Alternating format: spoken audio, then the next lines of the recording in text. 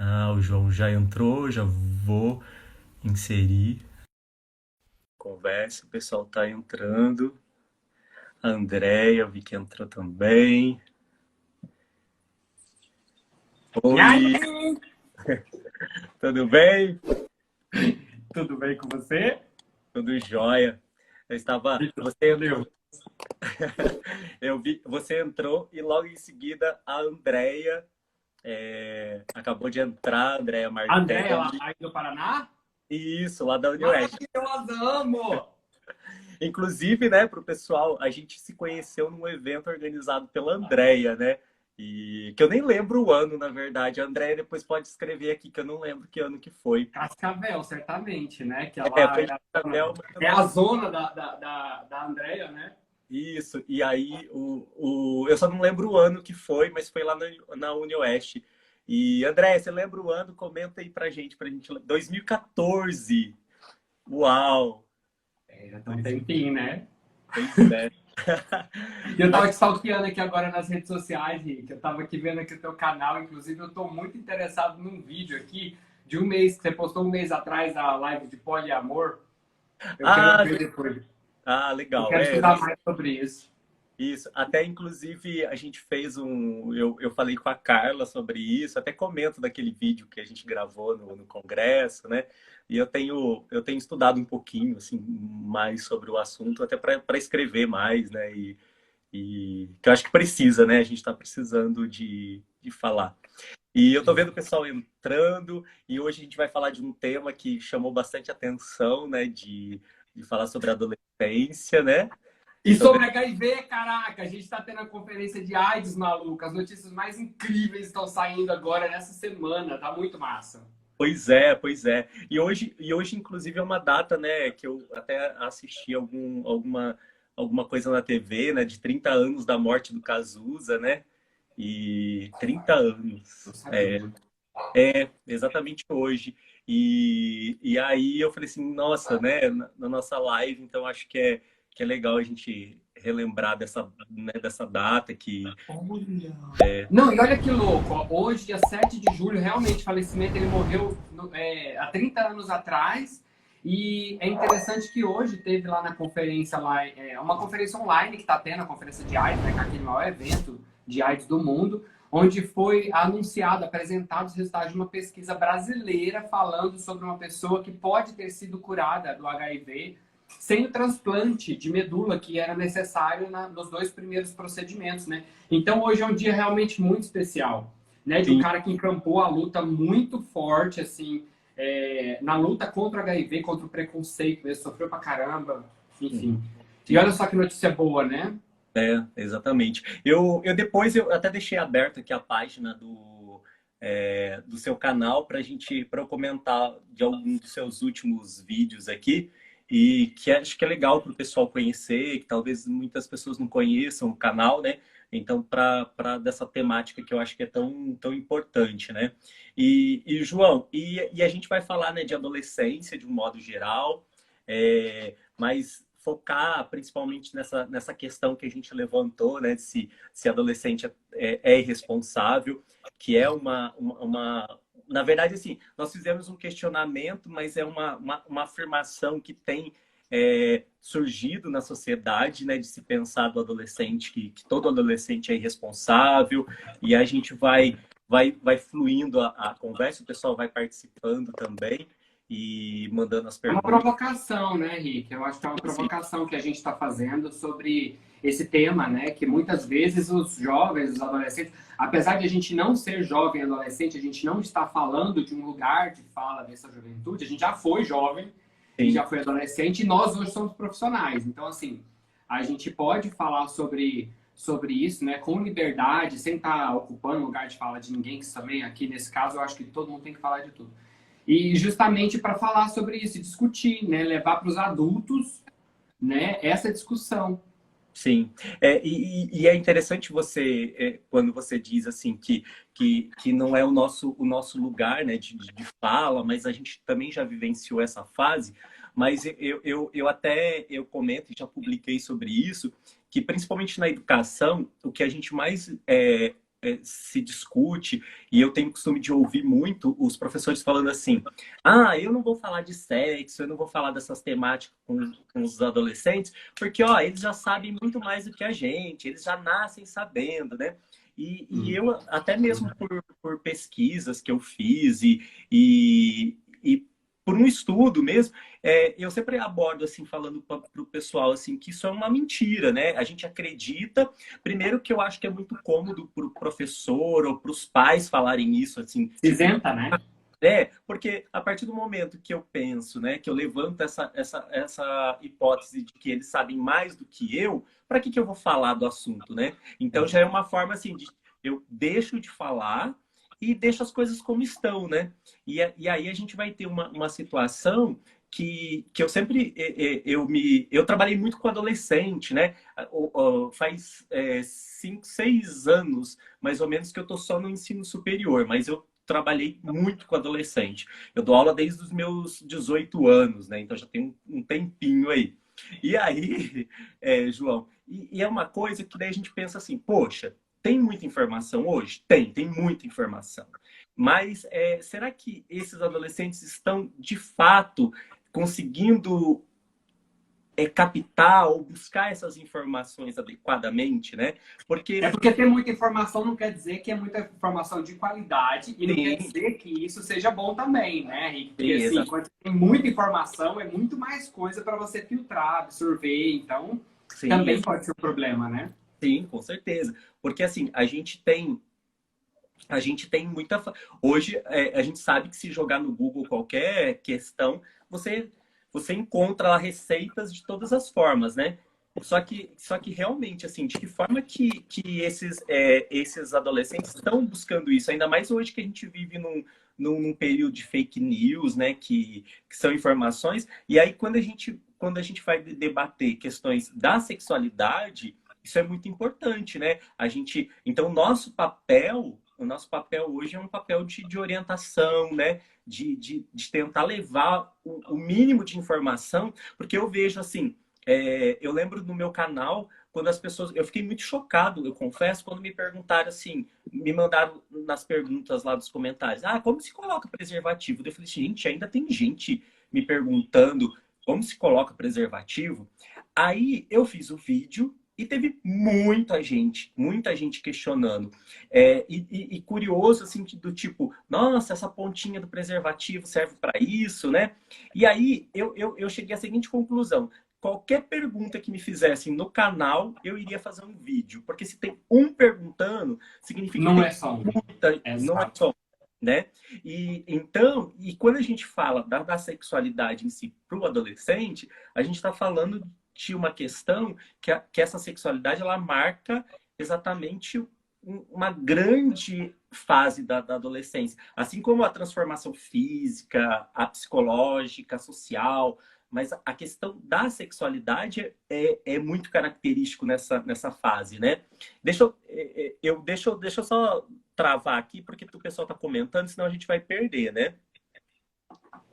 Aqui, ó, que eu vi aqui que o Pedro comentou assim, ó: sexo é uma coisa que deve ser discutida em casa e nas escolas, pois assim é mais fácil ensinar sobre prevenção, né? Sim, concordo, né? Que isso é ensinado, né?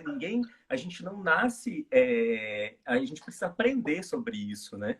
Exato. Agora também, ao mesmo tempo, né, Rick, a gente entrar naquela discussão de que os conservadores, né, os mais conservadores, eles acham que a obrigação de ensinar sobre sexualidade é apenas da família e da igreja. Então, assim, eles colocam porque eles querem manter o domínio sobre essa informação, né? Exatamente. O grande problema que a gente tem é que esses pais que vão educar os seus filhos, eles não sabem educar, porque eles não foram educados, né? A gente, talvez você tenha tido, eu tive um pouco de educação sobre sexualidade, mas só na parte biológica mesmo, né? Não Sim, sobre a parte de orientação, né? A parte teórica da discussão. Eu não tive isso. Então, assim, quando você fala que você vai jogar nas mãos de pessoas inexperientes, você corre um risco de formar pessoas ainda mais problemáticas. E você corre o risco também, Rick, de deixar essas crianças na mão de pessoas que são risco. Porque 70% dos casos de violência sexual com crianças e adolescentes é dentro de casa. Então, assim, como é que eu vou deixar essa criança ser educada, muitas vezes, pelo próprio agressor? Ele não vai educar. Ele vai, na verdade, fazer o oposto. Ele vai deseducar para que essa criança não entenda o que está acontecendo. Então, assim, a gente precisava primeiro ter uma força-tarefa onde todo mundo trabalhasse juntos para educar. É a em casa, é a escola, é a igreja, é o hospital, é o postinho de saúde. Né? É todo mundo educando sobre sexualidade no sentido amplo da história, da ideia, para ir na próxima geração, essas crianças de hoje poderem sim educar os seus filhos. E eles irem passando essa ideia de geração em geração. Só que uma coisa que é certa, Rick, é que se a gente começasse a educar hoje crianças sobre sexualidade, a questão da sexualidade não ia ser um tabu na próxima geração. Logo, todos poderiam continuar discutindo. Não ia ser algo que a família gostaria de ter para ela, porque não é um tabu. Né? Hoje, quando você fala de ensinar, de fazer aula sobre sexualidade, as pessoas já pensam logo que você vai ensinar uma criança de 5 anos a colocar um pênis dentro de uma vagina para nascer um bebê. Tipo, sim. não faz sentido. É ignorância e, ao mesmo tempo, é um reforço dessa permanência dessa violência. Muitas vezes a pessoa ela não sabe, mas ela se rende a esse discurso fácil, né? Porque hoje está assim, né? Todo mundo, você quer vender alguma coisa, você colocar um discurso fácil. As pessoas vão comprar na hora. Então, quando você coloca um discurso desse e deixa uma criança dessa vulnerável, ou repete esse discurso mesmo sem intenção de prejudicar as crianças, você está reforçando esse coro de gente que está querendo fazer com que essas crianças fiquem todas ali facinhas para eles, entende? Sim. Ô, João, e você falou dessa questão desses cursos fáceis que as pessoas buscam, né? E hoje a gente vê muito isso, né? Tem muita gente, principalmente sobre sexualidade, as pessoas acham que, tipo, abrir a boca, tô falando de sexualidade. E não é criticando, mas a gente precisa, eu sempre falo isso, é a necessidade de formação. Para a gente Exato. falar coisa, a gente tem que ter conhecimento científico, a gente tem que ler, tem que estudar muito, né? E tem E não é gente. necessariamente uma formação acadêmica, né, Não, Rick? não Precisa necessariamente. estudar, né? Sim, até porque assim, essa formação que seria necessária, infelizmente, ela é falha, né? E aí a gente tem pessoas aí falando esse senso, repetindo, reproduzindo esse senso comum, que muitas vezes daí até onde vai, né? E então são coisas. Eu lembro uma vez que passou num jornal local aqui de Londrina, tem uma cidade, eu não lembro o nome da cidade aqui do interior, mas que ela é bem conhecida porque na casa, no quintal do fundo da casa de uma família, tem uma cachoeira que é linda, né? É linda. E aí, o repórter entrevistando o filho do casal, assim, falou assim: você vai brincar muito nessa cachoeira? Ele falou assim: não, eu não vou por conta do arco-íris. Aí o repórter assim ficou assim, tipo, mas por quê? Por conta do arco-íris? Não, porque minha mãe falou que se eu passar embaixo do arco-íris, eu vou virar mulher. Então, olha o peso de uma informação, né? De que, tipo, aí essa criança, ela cresce com essa informação comum, né? Assim como né, os mitos que tem por trás disso, do pote de ouro, enfim.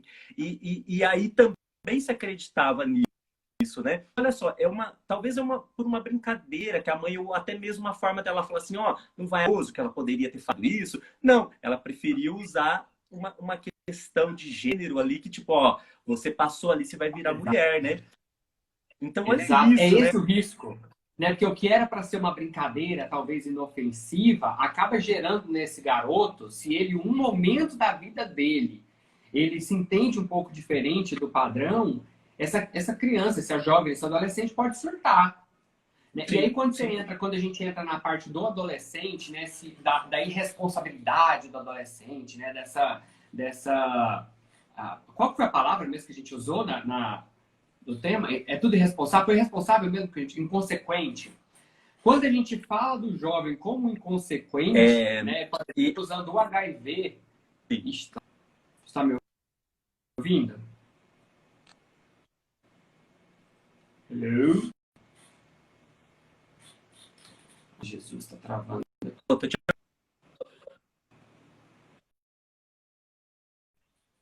Oi? Está travando aqui, você está me ouvindo?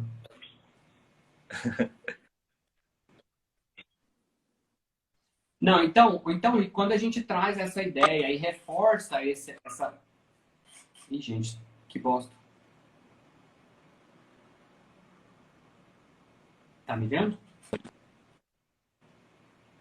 Eu tive que colocar no meu 4G aqui, porque a internet aqui em casa tá uma bosta. Vou colocar aqui no 4G. Eu acho que é a sua, Oi, Rick. tá me ouvindo? Deixa Eu acho que é a sua internet que tá ruim.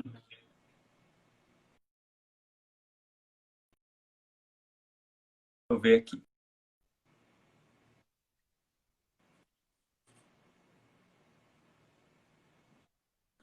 Tá me ouvindo? Estou te ouvindo. Ah, Não, continuando o que eu você tá estava me ouvindo? falando, é que assim, tô te ouvindo. O que eu estava dizendo é que é o seguinte, quando a gente traz esse discurso de que, porque jovem é tudo inconsequente, primeiro é que a gente está sendo muito leviano de achar que nós fomos jovens muito diferentes. Né? Porque Uhum. assim, eu fui tão inconsequente, tão irresponsável como qualquer outro jovem de hoje. Que eu acho que essa é a fase onde a gente está ali na descoberta, né? A adolescência, a juventude, é a fase onde a gente vai descobrir o sexo, a prática do sexo, né? Então, nesse momento, pensa em algo tão íntimo, né? Que é o que eu falo. O sexo é um dos momentos mais íntimos que a gente tem na nossa vida. E quando alguém vem dizer para você que você deve usar uma camisinha para você não pegar uma infecção sexualmente transmissível e ao mesmo tempo esse jovem já nasceu numa era onde ele tem tanto o celular quanto o tratamento para HIV eficiente, você já fica pensando assim, calma, o jovem não é inconsequente porque ele transa sem camisinha, porque nós somos adultos e a gente também transa sem camisinha. Entende? Exatamente. Só que os jovens estão se infectando mais por outras questões, não é por eles. É porque esse jovem não tem um serviço de saúde atualizado que está preparado para recebê-lo, né? Esse jovem não teve educação sexual para poder aprender a respeitar o seu corpo e o corpo do outro, a entender que existem mecanismos no corpo dele que podem desencadear algumas questões que são ruins, né? Então, assim, esse jovem, na verdade, ele precisa ter a oportunidade de entender. Só que isso não vem na juventude. Aí você vai querer quando um garoto tem 19.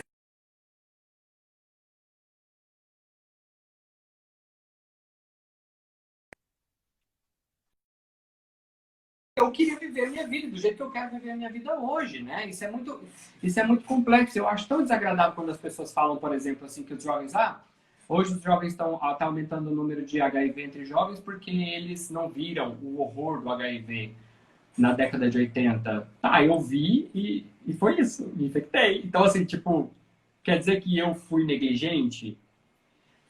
Eu acho que uma coisa que a gente tem que pensar, que a gente tem que entender é que nós temos que trabalhar com a questão da responsabilidade. Sair do lance da Sim. culpa. A culpa que essa mãe queria colocar nesse menino, nele, no atravessar o arco-íris e virar mulher, que na verdade o que ela queria era impedir que ele se machucasse nas pedras, ao invés de fazer isso, se ela tivesse mostrado para ele que o corpo dele é frágil, como um corpo de ser vivo, né, de nós animais, são corpos sensíveis, que a gente pode sofrer um acidente, que esse acidente pode, então, fazer com que eu perca o movimento das minhas pernas, por exemplo, que é algo que eu preciso, que faria falta. Não é muito mais fácil a gente trabalhar com realidade? Agora não, Sim. as pessoas acham mais fácil eu trabalhar numa fantasia.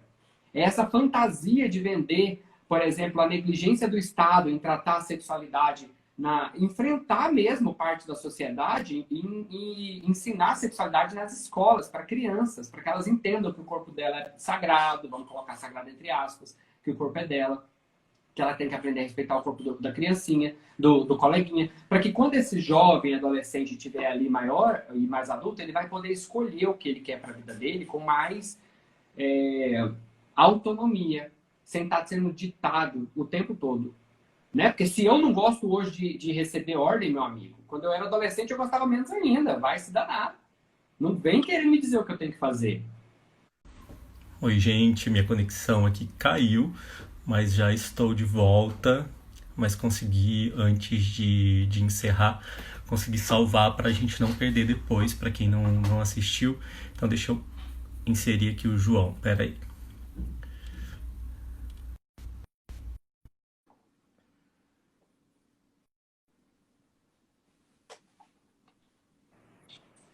Que bosta de Oi, internet. minha Para pra conexão caiu. caramba nessa porcaria de É, internet. Te contar. Exatamente. E eu falei assim que tá nessas lives e nessa antena, todo mundo na internet, então fica assim. Não, foi você que Ô, João, sugeriu começar às mas 9, não eu foi? tava, eu tava. Foi porque 7 horas tá sendo impossível agora, sabe? Antigamente a gente fazia, eu fiz algumas lives antes, era tranquilo. Agora é impossível, tá todo mundo fazendo live, né? Puta, o bom é que tem conteúdo pra caramba. Eu tô adorando, vou te ser muito sincero. Eu não gostava de sair de casa mesmo, então eu tô adorando ficar em casa. Eu queria ter lido, tinha alguns comentários sobre formação, e eu não sei se o Marcelo quiser colocar de novo, mas ele esse assim do professor não ter ainda é que muitas vezes essa informação o professor não tem esse preparo, né? Não tem Propriedade. assim Eu tenho tipo aqui os até, comentários, quer que eu leia? eu quero, eu Eu não quero. fechei o negócio. Ó, o Marcelo Mercer escreveu o seguinte, mas ainda é falta de propriedade dos educadores. Também não sabem como abordar isso na escola.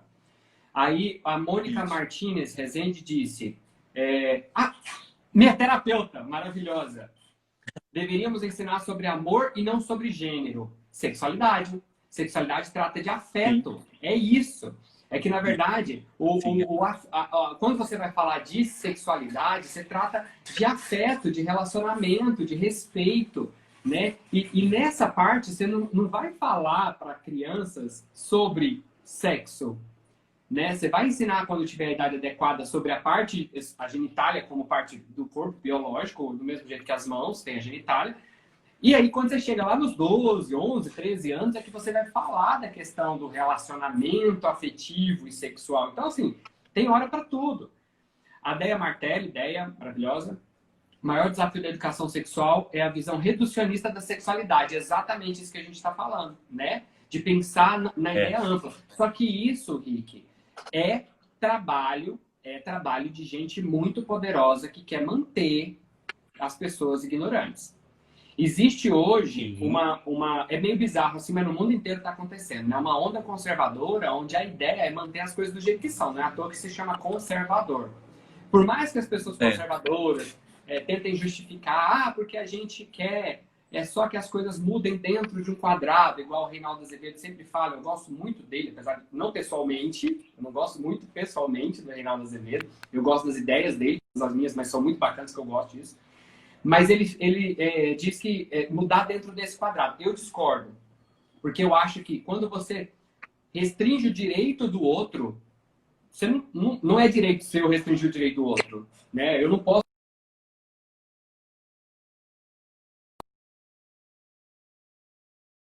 A maneira como eu acredito está embasada em crença, em cultura.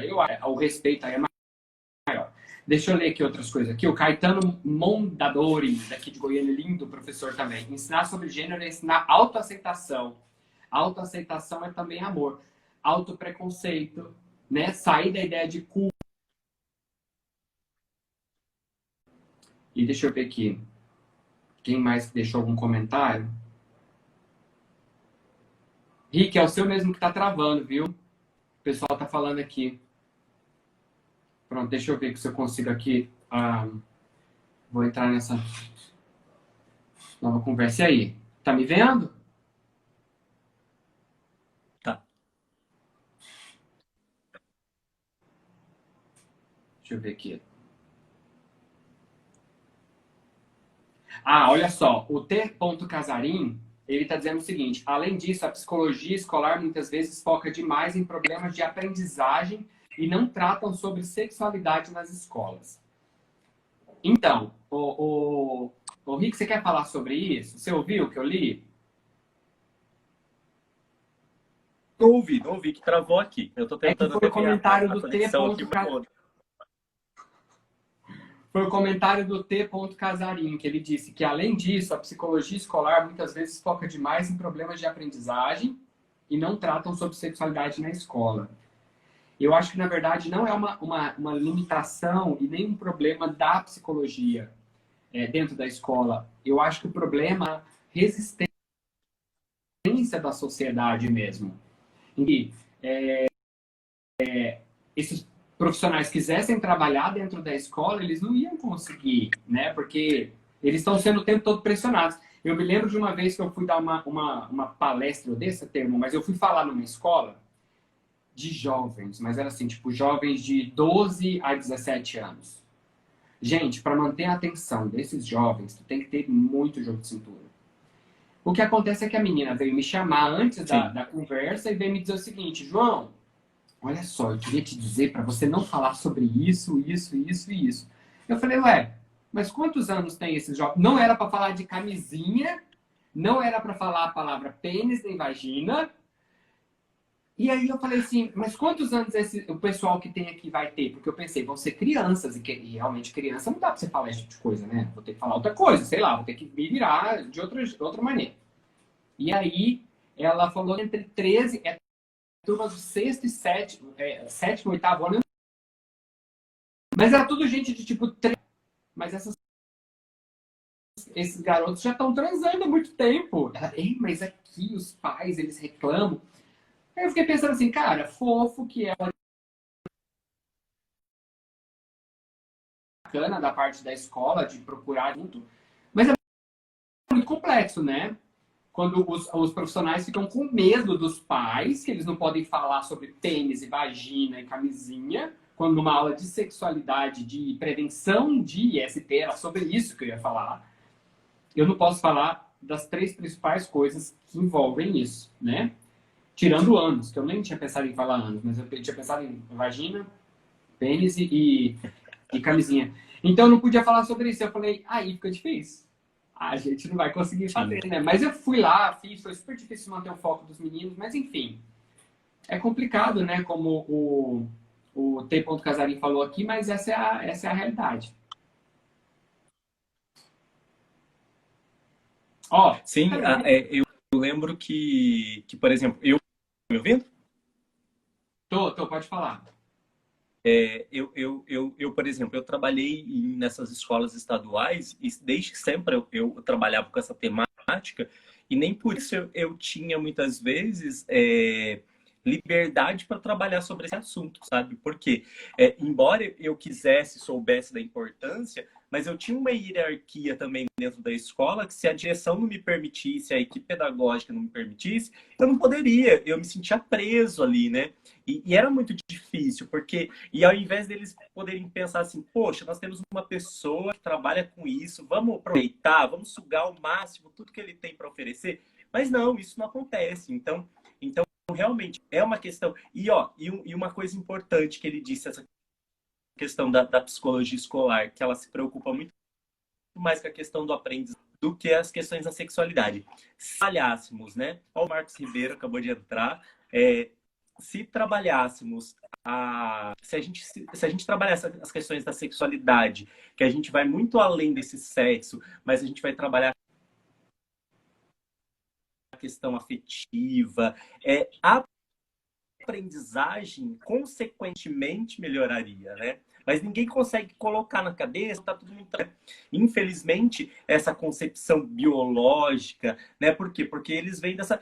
Pensou sexualidade é sexo, sexo é procriação, procriação, para ter procriação, vão ter 2 lá transando. E pronto, te proíbem, né? Então, quanto mais. Eu lembro que eu também sou formado em matemática, né? Não sei se você sabe disso. E aí, eu tenho matemática de formação. E na matemática a gente tem um campo que chama matemática emocional, que é bem novo isso. E uma das coisas é que a criança ela não aprende matemática ela não aprende matemática por uma questão afetiva na relação. Então, por exemplo, assim, se você teve dificuldade em matemática, você pode lembrar que você odiava o seu professor de matemática, que você sempre tem aquela figura do professor de matemática como algo monstruoso, né? Mas se você tem uma relação, e eu nunca esqueço disso, de uma aluna, uma vez no primeiro dia de aula, ela falava assim que eu odiava matemática. Eu falei assim, você vai aprender a amar matemática. E chegou no final do ano, ela falou assim que estava apaixonada, sabe? Por quê? Mas não foi porque eu ensinava, mas foi por uma questão afetiva, sabe? De tentar trazer essa aluna. Então, se a pessoa focar, se ela realmente focar sobre afetividade, falar sobre esse amor ao próximo, né? De respeito, consequentemente, isso vai melhorar, né? Estão perguntando aqui sobre o que é a live. É que nessa volta que eu entrei, eu não consegui colocar o título, mas nós estamos falando sobre adolescente, né? Adolescência, responsabilidade, adolescência, E responsabilidade. E você sabe uma coisa que, retomando o assunto que você estava agora há pouco, Rick, lembrando disso, esses adultos que são os que mais dificultam o trabalho dos profissionais que trabalham com sexualidade, são justamente os que jogam nas costas desses jovens a culpa por tudo que acontece. Então, o discurso é sempre da mesma boca. O mesmo discurso que sai, tipo, somos contra a educação sexual na escola, é a mesma boca que sai que adolescente que engravida, as meninas estão engravidando muito jovem porque estão tudo piranha. Os meninos não estão tudo pegando AIDS porque tá tudo transando em orgia e transando sem camisinha, porque agora virou assim, o samba do crioulo doido, né? Bem preconceituoso mesmo, usando termos bem preconceituosos. Então, assim, todas essas questões são sempre das mesmas bocas. É estranho, não é? Quando a gente começa a avaliar, quando a gente... Eu sou formado, eu acho que eu já comentei isso, mas eu sou formado em segurança da informação e marketing estratégico. Então, lá, gata, muitos anos atrás, quando eu comecei a estudar isso, não existia essa história de fake news. Não era fake news igual hoje, era outra coisa. E aí o que acontece é que lá a gente já aprendia a identificar notícias falsas, né? A gente aprendia a identificar mensagens que pudessem ser falsas. A gente estudou muito Goebbels, olha que loucura, né? O ministro da propaganda do Hitler, né? Que usava exatamente a mesma estratégia que está sendo usada hoje no nosso Brasil. A mesma estratégia. Parece que eles pegaram o Goebbels assim, ó, e estão dando tique, assim, tipo, vamos fazer isso, tique, fizemos. Isso aqui, tique, fizemos. É a mesma coisa. Profissionais de comunicação, só se ele for muito ignorante, mas todos eles sabem que o que está acontecendo hoje, essa propaganda massiva em cima de algumas questões, são todas princípios do nazismo. Tava ali, o Goebbels escreveu isso super fofo, super fofinho. Matou 6 milhões de judeus, quase 70 milhões de pessoas morreram na guerra. Então, assim, esse tipo de coisa que é o objetivo. Então, assim, quando você vê essas mesmas pessoas que vendem discursos que são tão antagônicos, né, que ao mesmo tempo que eu quero que crianças não estudem sobre sexualidade, eu acho que essas crianças estão fazendo orgias nas universidades, por exemplo. Calma lá. Primeiro, se essas crianças estão fazendo orgias, elas sabem o que elas estão fazendo? Se elas não sabem aonde, quem errou isso aí? É o Estado. O Estado é responsável. Não é a família, apenas. Todos somos corresponsáveis, mas o Estado é o responsável pela educação. E a educação inclui tudo. Todo tipo de educação. Educação emocional, educação afetiva. Isso tudo a gente também vai aprender na escola. Você acabou de falar um exemplo da matemática afetiva que um profissional de matemática, professor, aprende para entender como trabalhar com seus alunos, desconstruir algumas questões. Isso não é afeto, isso não é uma questão emocional, sendo trabalhado por um professor de matemática, porque está tudo interligado. Então, é sim obrigação do Estado trabalhar as questões de afeto. Toda vez que uma mulher sofre um feminicídio, a responsabilidade é do Estado. Toda vez que um jovem é abusador com uma outra pessoa jovem, é responsabilidade do Estado. Porque foi esse Estado quem negligenciou o cuidado sobre afeto. Foi esse Estado quem não ensinou para esse jovem que ele não deve puxar o braço do coleguinha. E esse Estado se representa no caso ali, hoje, né, vamos pensar hoje, todo mundo ignorante sobre sexualidade. É na escola. Sim. Cabe ao Estado colocar diretrizes da educação para que essas questões sejam adotadas nas escolas, para que essas crianças cresçam e façam aquilo que a gente falou lá atrás. Elas possam, então, ensinar para os seus filhos, reforçar esse tipo de coisa. E é muito louco quando a gente vai olhar, né, Rick, quando você vai para países que tem essa questão de cidadania, né, essa percepção da cidadania mais, vamos colocar, mais evoluída do que a nossa, né? Claro, eu não estou dizendo que o Brasil não é síndrome de cachorro de rua, né, de vira-lata.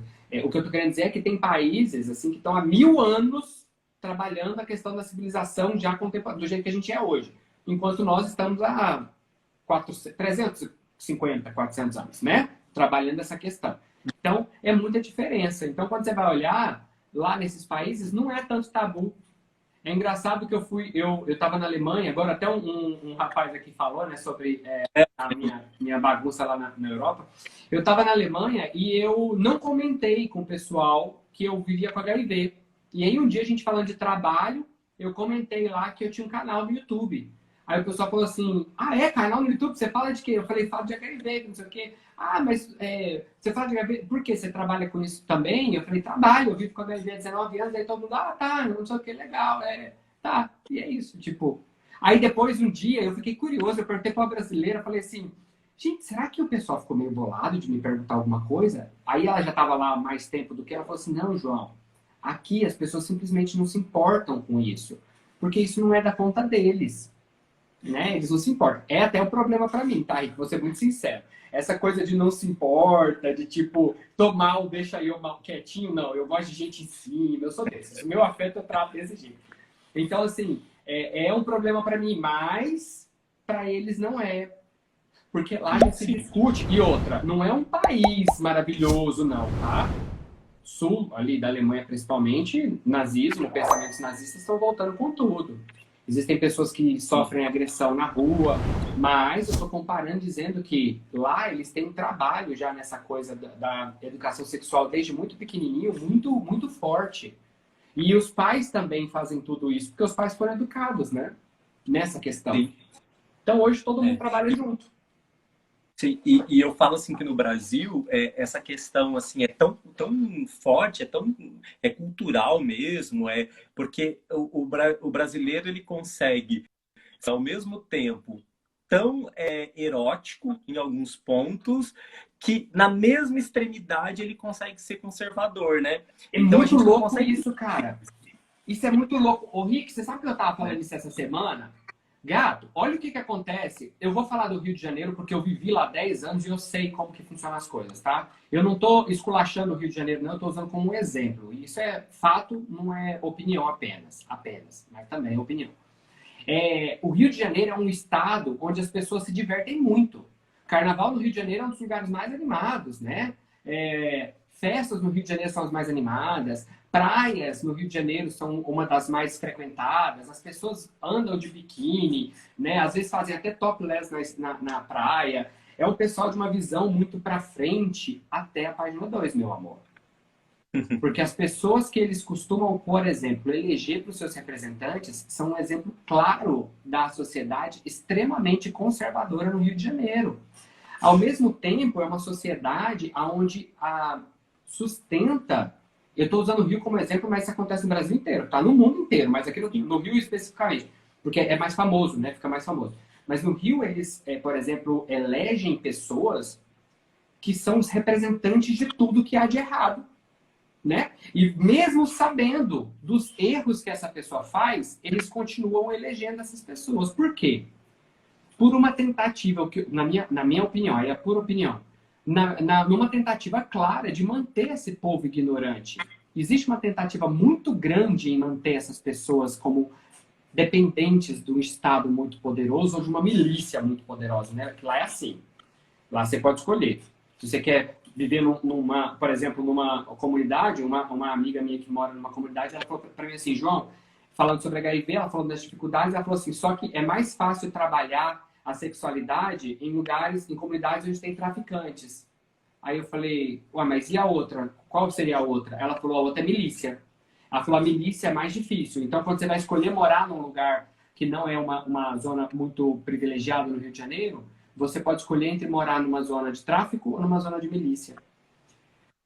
E aí você vê o discurso, né, dessa população, que é uma população que tem uma percepção no resto do mundo super progressista, mas uma visão extremamente com Crivella para prefeito, elege um Witzel para governador, elege um Bolsonaro para presidente, enfim. Elege essa cadeia de conservadores, né, que tipo é bem bizarro quando você olha para... É hipocrisia? Não sei, pode ser, né? É isso que você está falando. Quando o pessoal, antes da Covid, né? Porque hoje, quando você fala, sou do Brasil, o povo fala, caraca, como é que tá aí no Brasil? Eu falo, o pior lugar do mundo para se viver neste momento. Mas é isso. Antigamente, as pessoas lembravam, quando você falava Brasil, o pessoal sempre lembrava das festas, da diversão e das pessoas muito legais. Falei, cara, a parte é muito legal a visão que eles tinham. Foi se transformando, infelizmente, né? Mas só para você ver, né? Como que pode, né? Um país que tem essa visão tão externa, né? Tão positiva, eleger pessoas que têm visões tão negativas, né? Porque ao mesmo tempo, essas mesmas pessoas entendem, veem o Brasil hoje como o pior lugar do mundo para se viver nesse momento. Que louco, né? Sim, E eu sim. fugi do assunto dos E, jovens, mas né, não, grande, porque assim, é importante a gente pensar, porque eu falo assim, que não adianta eu querer lidar com qualquer temática da sexualidade se eu não tiver a minha própria sexualidade resolvida, né? Quantas aulas eu dei em pós-graduação que teve gente que se levantou e saiu da minha aula, só vinha para assinar e chegava lá para a direção da escola e falava assim, eu não vou assistir essa aula. Por quê? Porque eu estava falando de sexo, eu estava falando de sexualidade. E aí, se o professor ou os pais não conseguir trabalhar isso internamente, vai continuar chamando o adolescente de aborrecente, que isso é muito comum, né? E que me incomoda demais muito, essa muito, muito. expressão, né? Porque daí nós voltamos para a nossa temática de esse aborrecente é o mesmo adolescente responsável, né? Que não sabe fazer suas escolhas, que faz tudo errado. Não, E mas por que nem que esses consegue. jovens estão... E por que que esses jovens estão doentes, né, Rick? Hoje, quando você vai olhar, hoje nós estamos enfrentando o mundo inteiro, né? Toda a nossa geração, na verdade, não são só os jovens, mas toda uma geração está muito doente, né? A OMS já falou, já viu, né, pelo andar da carruagem, que daqui a pouco a depressão, a ansiedade e os transtornos emocionais vão ser os mais incapacitantes da nossa geração ainda. Só que, Sim, principalmente os jovens, são os que mais se matam. E esses jovens, eles estão se matando hoje, não é porque eles são irresponsáveis, é porque muitas vezes eles estão sendo incompreendidos.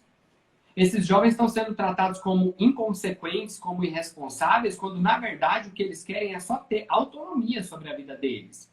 Só que uma autonomia sim, consciente, porque também não adianta você botar um carro na tua mão, eu vou te dar autonomia se você não sabe dirigir.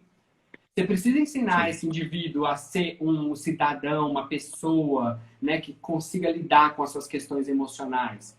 Se eu não trabalhar esse jovem as questões de afeto, de responsabilidade e de aceitação do corpo dele, na vida dele, esse jovem vai crescer frustrado a primeira barreira que vier na vida dele, porque hoje a gente está num mundo com uma evolução tão rápida de tudo, né, que a gente não está conseguindo digerir muitas vezes as coisas. Às vezes a gente acaba jogando fora sem digerir. É igual comida mesmo, né? Você está empurrando Sim, comida sim. para dentro, ela está saindo sem digerir. E é uma coisa que é interessante que essa comunicação ela tem um poder tão forte, tão rápido agora, que existe uma teoria dos períodos conservadores e progressistas, né? Que são, eles vêm em ondas assim. E esses períodos eram muito longos, né? Na Idade Média, por exemplo, durou 1000 anos esse período muito conservador. O que acontece é que agora, com o advento da comunicação muito rápida, essa onda nossa conservadora agora, né, que ela está agora no pico do conservador, deve durar em torno de 20 anos. Se é que ela não vai durar menos, porque a cada dia que passa, a gente tem uma tecnologia cada vez mais forte, cada vez mais, e a gente está cada vez mais dependente dessa tecnologia. O que seria da gente sem internet hoje? Sim. E você imagina alguém, eu lembro do meu primeiro celular, que era um celular que durava 3 horas a bateria, ele não mandava SMS porque ele era analógico, e ele só recebia ligação nas 3 horas que ele estava carregado, ele era enorme. Quando saiu o SMS, foi uma maravilha, eu fiquei louco, já ganhei do meu primeiro namorado, um telefone grandão, assim, que mandava mensagem de texto de 140 caracteres. Cara, hoje, uma criança de 1 ano e meio, ele pega o celular, ele sabe digitar a senha, e ele já pega, tudo que ele já pega tocando, porque ele já sabe que o touch é a realidade do momento. Aí você vai e coloca na cabeça dessa criança que ele é um adultozinho pequeno, trata ele como um adultozinho pequeno, como se ele já nascesse sabendo de tudo. E aí, quando ele cresce, ele não sabe lidar com as coisas direito, ele se perde ali naquela situação como a gente se perdia, mas agora num turbilhão gigantesco de informação, e aí ele é chamado de irresponsável, de inconsequente. É Sim. bizarro, né? Sim, porque a gente sabe que primeiro que é natural da adolescência esse imediatismo dele, de querer tudo para ontem, né? Isso é natural. É, Só que ele precisa ter consciência, que eu sempre falo assim, independente de pai, mãe, tio, colega, independente de qualquer pessoa, quando o adolescente achar que é o momento dele iniciar a prática sexual, a vida sexual dele, ele vai iniciar. Independente se você disser que é para ele começar ou não. Só que é o nosso dever, né, e os pais, na hora que orientar antes desse processo. Por quê? Porque daí ele vai tomar a sua própria decisão. Então, poxa, eu sei que se eu não usar preservativo vai acontecer isso, isso e isso. Mas se eu usar, já estou evitando isso, né? Então, é isso que a gente precisa. Exatamente. É exatamente isso. É isso que a gente fala, né, da educação sobre sexualidade desde os mais pequenininhos, né? E assim, talvez alguém que esteja aqui não saiba, mas quando você vai falar sobre educação sobre sexualidade para crianças muito pequenas, o que você ensina para ele é questão de higiene mesmo, né, de cuidado com o corpo, isso é sexualidade. Quando ele atinge tipo 3, 4 aninhos, você já ensina que ele não pode tomar a bola do colega. Isso também é sexualidade. Quando você ensina que ele não pode pegar a bola do coleguinha e guardar para ele porque aquela bola não é dele, você está ensinando sobre sexualidade. Por mais que você não seja um profissional, que não tenha feito faculdade ou pós-graduação. Então, entender a sexualidade, como a Andrea falou, de uma maneira mais ampla, não reduzir. A gente está reduzindo muito as coisas hoje, né, Rick? A gente está reduzindo uma pessoa, a gente está reduzindo, por exemplo, o debate político entre direita e esquerda. A gente está reduzindo o debate político entre ciência e política. Tipo, é igual bicicleta e raio laser, coisas que não estão da mesma classe. Ô, João, e voltando ao que o Marcelo colocou, que os professores não se sentem preparados, o professor tem medo. O professor tem medo de falar qualquer coisa e depois vir pai, questionar e tudo mais. Aí eu tenho duas possibilidades. Primeiro, depois eu até coloco no meu Instagram para divulgar o texto do evento que nós fizemos aqui na UEL, que a Mariana Braga fez uma fala brilhante e mostrando o quanto nós somos amparados para trabalhar sim, né? Independente se o governo apoia ou não esse trabalho, nós temos sim amparo legal para falar desse assunto em qualquer espaço. E um outro, por exemplo, nós sabemos que a BNCC retirou dos anos iniciais, por exemplo, a discussão de sexualidade, né? Inclusive, se você fizer uma pesquisa lá, jogar no Google, lá, no Google não, no documento da BNCC, procurando sexualidade, só aparece 2 vezes a palavra sexualidade. E eu fiz recentemente, 2 vezes, eu fiz recentemente um artigo que saiu num dossiê, bem novinho, o texto, sobre como que o professor pode, eu faço uma crítica disso, mas o professor do ensino de ciências, como, por exemplo, sistema reprodutor masculino e feminino não se tem mais nos anos iniciais. Agora é só nos anos finais. Finais de pode... 8ª série? Como é que funciona? Que seria a antiga 8ª série, né? Então, só se fala lá no final. As crianças já não se fala mais do sistema reprodutor masculino e feminino. Que bizarro! Aí eu fiz uma crítica em relação a isso, mas eu também dei subsídios para o professor. Poxa, então tá, não se fala. Mas o que você tem ali em mãos, que é a BNCC, será que dá para aproveitar alguma coisa? Aí eu fui dando ganchos pedagógicos para o professor pegar a BNCC e não ter escapatória. Ele vai ter que falar de qualquer jeito, porque eu já disse sobre isso. Então, quer dizer, o professor, ele tem como trabalhar, mas também precisa partir dele. Se ele não tiver interesse, por isso que eu falo assim, se algo está incomodando ele, ele precisa ir trabalhar isso na terapia, ele precisa buscar isso em algum lugar. Entendi. Se está incomodando de ele tratar desse assunto. Desse assunto, né? Isso. Né? Porque às vezes o professor, eu acho que ele se acomoda, tem tudo isso também, mas ao mesmo tempo ele não fala porque ele também viveu uma repressão muito grande, né? Que é muito mais fácil hoje você falar abertamente com um adolescente sobre qualquer assunto do que com um professor. É porque ele pergunta mais, né? Ele já tá ali, é porque ele já tá transando. E aí ele quer saber por que ele gozou mais rápido do que o colega que falou que gozou em 2 horas, ele gozou em 2 minutos. Tipo, por quê? Então ele tem esse questionamento que ele já está na prática, né? Ele já está na prática, por exemplo, do por que o meu namorado falou que meu namorado rasgou a minha blusa porque ele falou que eu não ia usar aquela blusa, entende? Eles têm relacionamentos mais extensos, né? Sim. E o adolescente, ele sente necessidade dessa fala, né? Eu lembro que era um momento que eu tinha 100% de participação dos alunos, era quando eu falo sobre esses assuntos, porque eles gostam, eles querem saber, né? Então isso é muito importante. E eu lembro que tinha um comentário falando assim, mas como que nem todos têm acesso a essas informações? Infelizmente, nem todos têm acesso, né? Mas é por isso que a gente tem que buscar hoje, a gente busca alternativas para tentar levar essas informações. Então, foi aí que eu tenho certeza que a mesma, a mesma história sua de criar o canal. Por que a gente criou um canal no YouTube? Para tentar levar e atingir outras pessoas que não podem, né? Geograficamente a gente não consegue acessar, né?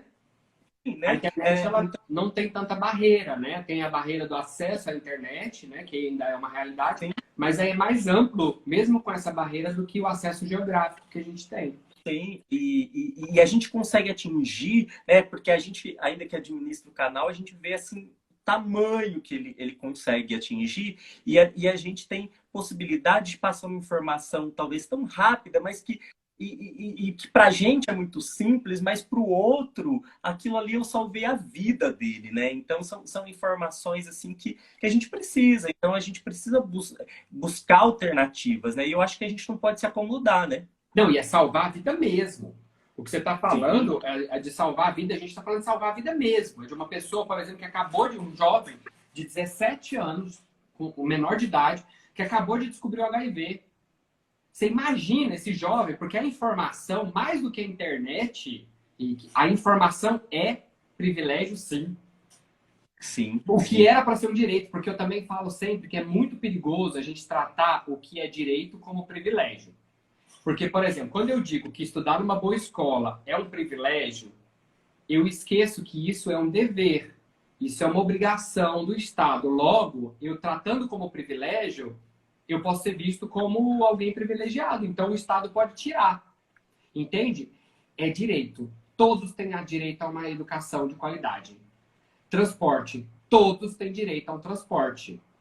Entende? O direito de ir e voltar para a escola, eu não posso dizer que eu tive o privilégio de ganhar um passe livre para estudar o meu segundo grau na escola, porque isso é um direito, isso não é um privilégio. Porque é isso que eu estou falando, eu trato como um privilégio, a hora que puder alguém usar isso como argumento para tirar, eles tiram, porque podem dizer, não, mas ele é privilegiado. Por que ele tem e a pessoa trabalhador não tem? Porque é esse o discurso que nós temos no capitalismo. Infelizmente, muito infelizmente para mim, é engraçado, mas assim, eu tô até aqui, eu tô cada dia mais comunista, né? Minha mãe fica louca comigo, mas olha só o que eu tô aqui, Sabrina Fernandes, a minha comunista favorita, porque eu assisto, consumo muito. A Mariana mandou um recadinho aí, beijo, Mariana. Cadê? Tô seu fã também. Mariana mandou aqui? Mandou para você? Ela mandou, tá aí. Tá aparecendo aqui pra mim, sou fã de você. Gente, Mariana trabalha no Unesco, é uma pessoa incrível, maravilhosa. Que, tipo, nessa fala que o Rick falou lá no evento, a gente ficou assim, todo mundo assim.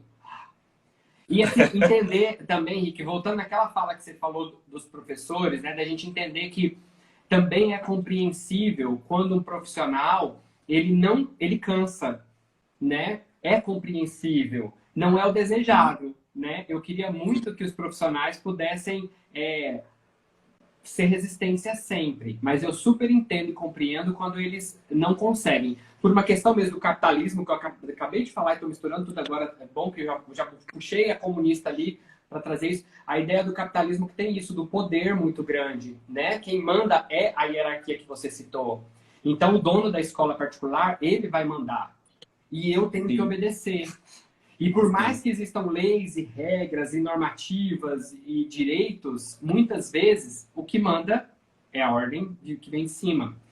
Né? Então é muito complicado. Mas você sabe uma coisa muito bacana que eu pensei, que eu acho que a gente pode até sugerir para as pessoas, assim, é claro, se você concordar, né? Mas é que eu notei que funciona. É que a gente está, então, vivendo um período muito conservador, onde está muito difícil a gente acessar esses jovens, e essas crianças e esses jovens para tratar desses temas que são muito tabu hoje. Uma coisa que eu vi que ficou muito bacana é a questão de trabalhar com os adultos. Por exemplo, as escolas trabalharem com os adultos, os pais, os cuidadores dos jovens, entende? Das crianças. Então, o que acontece? Chama num dia da semana é óbvio, né? Deveria ser num horário alternativo, né? Ou no fim de semana, o horário alternativo é melhor à noite. Porque aí você puxa, o pai mantém a criança ali no ambiente escolar, para o pai e a mãe ter um tempo. Ou o cuidador, né? Que é sempre importante a gente lembrar que não é só pai e mãe, cuidador também.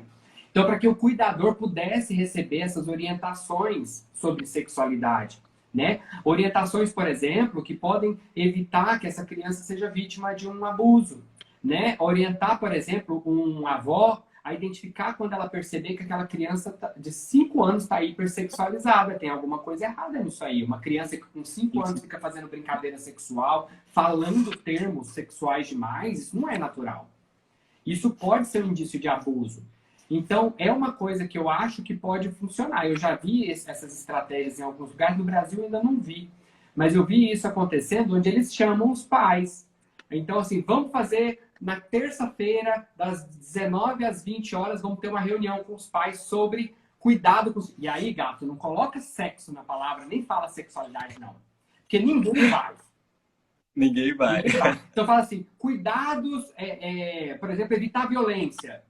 Vamos cuidar dos nossos filhos para evitar violência, evitar abuso, enfim, tenta não usar, sempre a parte, tenta nunca linkar com sexualidade. É até o que eu falo, Rick, que o meu canal, ele tá lá com X seguidores, mas é impressionante que os seguidores do meu canal não são as pessoas que vivem com HIV, não são a maioria que consome o meu vídeo, porque para quem eu falo no vídeo, não me segue porque eles têm medo de estar vinculado. Justamente porque vinculado a HIV, logo eu tenho HIV, sabe? Quando vê alguém falando com a gente que é viado, já um hétero conversando com a gente que é viado, ao ser visto, ele pode sentir receio de acharem que ele é viado também, entende?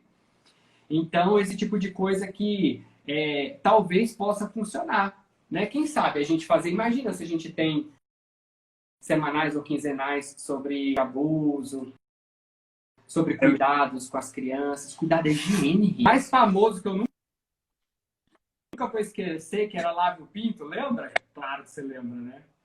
Você tá me ouvindo? Eu lembro você chocado.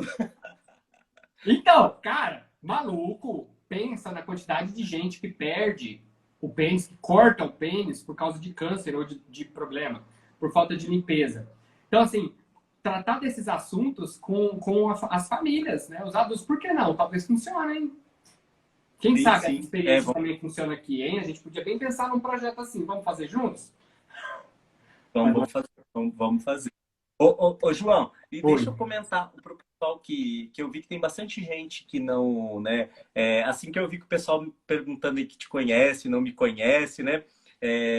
Eu também tenho, né, um canal. Se apresenta, gato. Se apresenta primeiro. Meu nome Vamos lá, vamos nos apresentar. Primeiro, né, para o pessoal que não me conhece, eu sou professor universitário. Já trabalho com essa temática de sexualidade já tem um bom tempo, né? E o meu foco maior é formação de professores, né? Mas daí eu acabei me aventurando em algumas atividades bem diferentes daquilo que eu fazia, né? Estar à frente do programa de TV, aí o programa me trouxe o canal, que foram formas de se aproximar das pessoas, né? E então, assim, e conheci, né, como a gente disse no início, conheci o João num evento de sexualidade, que a Andréia até comentou que precisou sair, mas que foi organizado na UniOeste, em Cascavel. E, tipo, né, e de lá para cá a gente está sempre que possível, né, trocando figurinhas e tentando, né, se aproximar, porque eu acho que cada um, inclusive, eu sempre falo, né, que teve muitas pessoas que vinham me falar assim, você poderia fazer um vídeo sobre HIV, ou sobre... Aí eu sempre respondi, eu não vou fazer esse vídeo, mas eu tenho um canal que você precisa conhecer. Porque primeiro, assim, você sabe que dentro da sexualidade cada um tem uma temática, né? Uma proximidade. E até um jeito de falar diferente, né, Rick? Às vezes mesmo sim. E quando eu conheci, porque assim, eu lembro de pessoas que eu indiquei seu canal, porque tem muitas pessoas que vêm falar comigo ou desabafar muito sobre sexualidade, né? E eu recebia muitas pessoas falando assim, poxa, eu acabei de descobrir que eu sou soro positivo, e agora? Faço, né? E a pessoa queria ouvir de mim, assim, tipo, porque a pessoa queria uma ajuda, um ombro amigo, uma escuta, né? Que muitas vezes é escuta, é só escuta. E aí eu falava assim, ó, tem uma pessoa que você precisa conhecer. Quantas vezes eu já passei, né, que você sempre permitiu isso do WhatsApp, e a pessoa depois vinha falando assim, meu, você salvou minha vida, conhecer o João foi maravilhoso, né? E esse trabalho que você faz e o canal possibilita, porque hoje as pessoas correm lá porque as pessoas jogam no Google, tipo assim, ah, descobri que eu tô com HIV, e agora? Pronto, vai cair lá no canal e pode salvar, realmente salva vidas, né? Porque passa mil coisas na cabeça, que é aquele momento assim que você fala assim, e agora, né? E é necessário, porque às vezes a gente vai cair nas mãos de informações que é fake news, então é importante. Enviesadas, né? Que vão para um caminho muito Sim, danoso, muito ruim.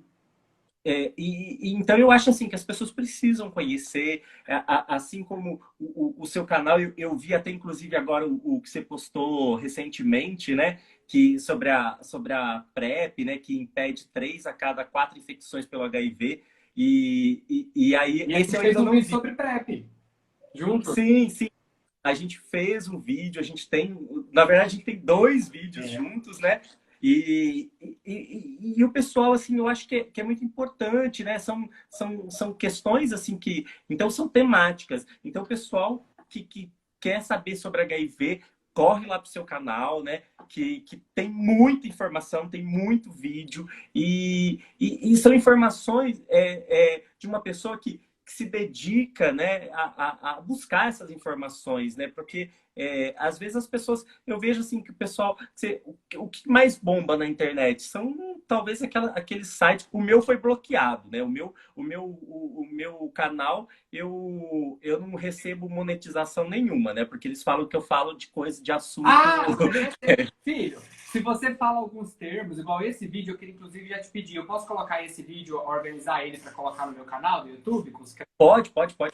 Porque se a gente fala pênis, sexo, a palavra sexo, os meus vídeos são todos, eles caem em avaliação. Então eu tenho que sempre pedir para que eles revisem manualmente. Todos os meus vídeos são assim. E aí eu fico pensando, é por isso que eu falei dos acessos lá. Por que eu fico tão feliz quando eu tenho X acessos, né? Tipo, 1.000 a mais acessos toda vez.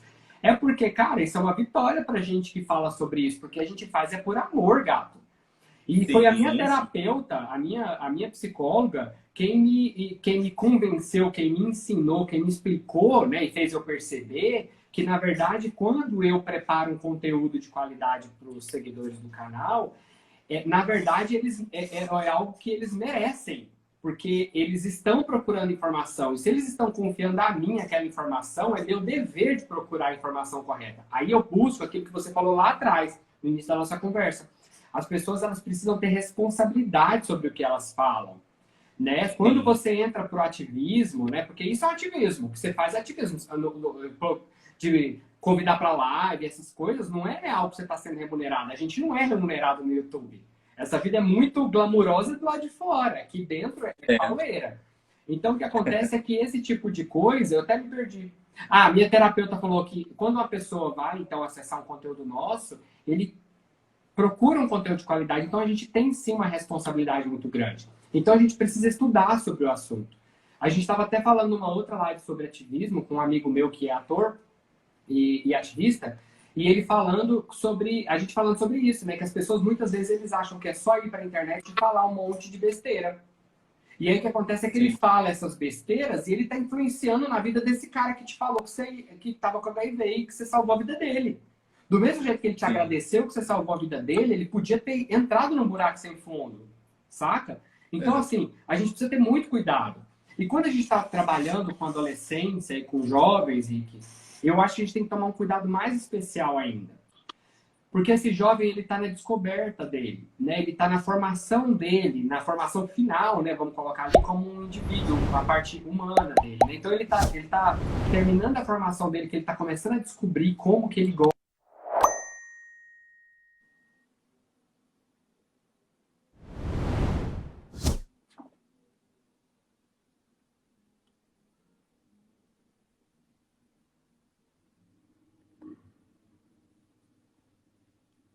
Oi.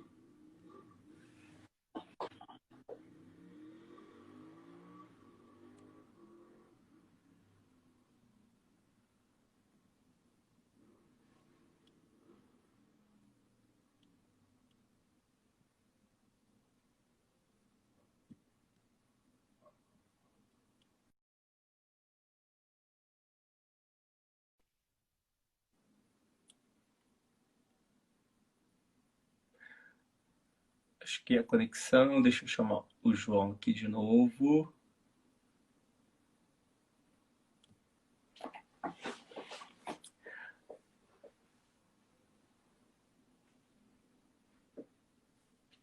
Acho que é a conexão do João agora, mas já estou inserindo ele de novo aqui na.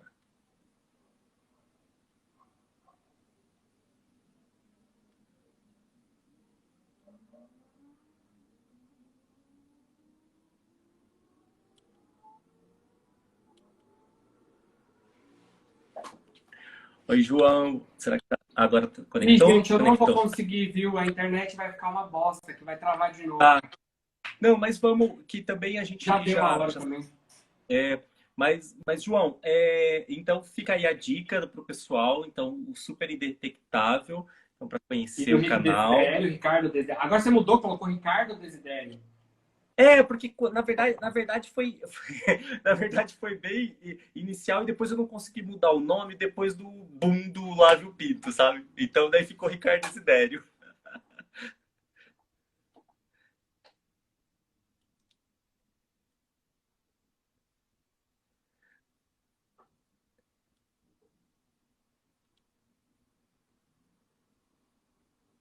Bem, gente, eu acho que a conexão do João realmente está travando agora, mas já vou aproveitar. João, eu acho que está Pessoal, travando. então um beijo pra Então, vocês. Deixa eu já me despedir, senão eu acabo não falando. Então tamo junto, amigo. A gente vai se falando sempre, viu? tá bom, obrigado, Um viu? beijo enorme pra você. Muito obrigado por tudo e eu quero esses vídeos aí. Beijo. Um beijo, tchau, tchau. Gente, obrigado, viu, pela participação de vocês e até a próxima, né? Tchau, tchau. Tchau, tchau.